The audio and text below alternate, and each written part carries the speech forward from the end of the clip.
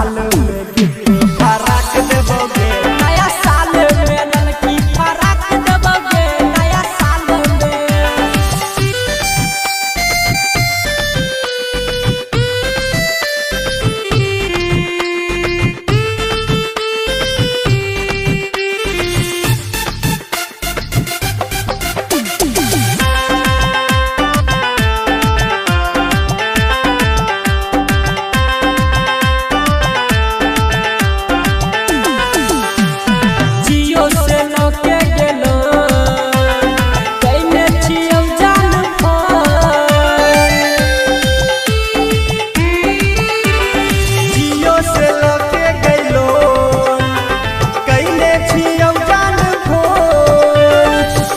हम भेट गए कर छियो भेट गए सुनो ना हमर सनम,